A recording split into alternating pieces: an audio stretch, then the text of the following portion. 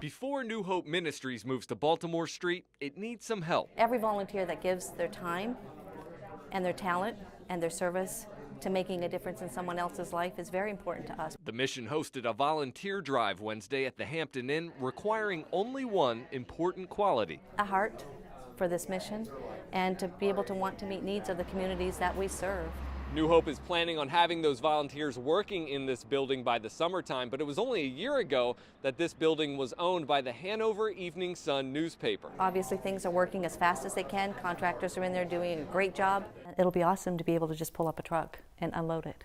And some of the volunteers, that'll be part of what they do. I can drive, help carry the food around, and do whatever I have to do. Rosemary Bates of New Oxford was surprised to learn her years of driving a school bus was one of the many skills New Hope needs in its new facility. We have all walks that come through our doors, and our volunteers have backgrounds that are awesome. The most important piece of this expansion.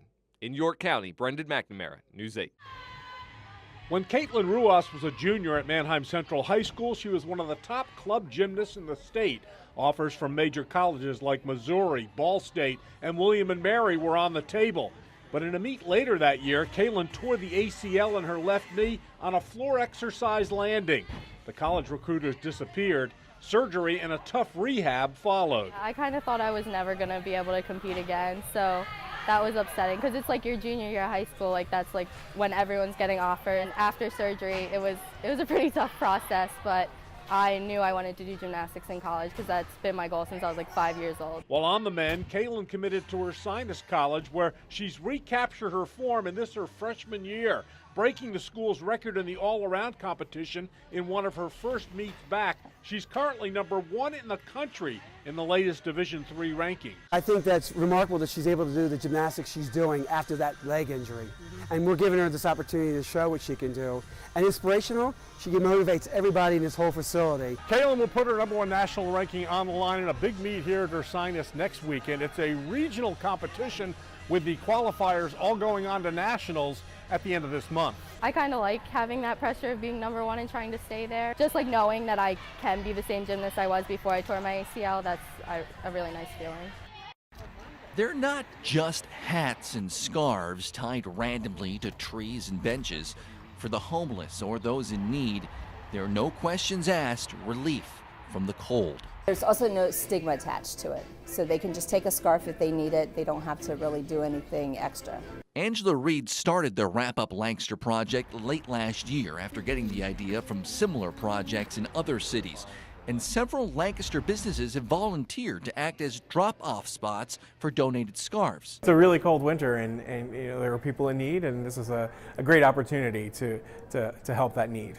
And the project seems to be working. The Wrap Up Lancaster team scarf-bombed Musser Park Monday night, and there's already only a handful of scarves and hats left. It's gone great. We've had 2 scarf bombings. All total, we've left 132 scarves and 46 hats.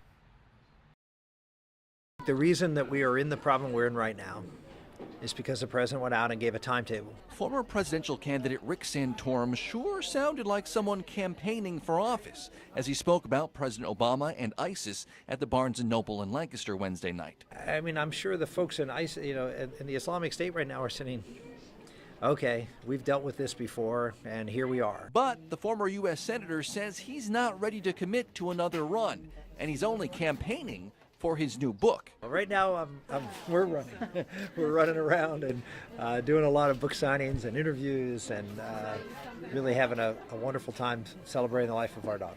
But adds if he does decide to run, he likes his chances better than last time. Having gone through this and won 11 states and gotten 4 million votes and raised $25 million, I think we have a little better standing as we look at this to proceed forward if we decide to go.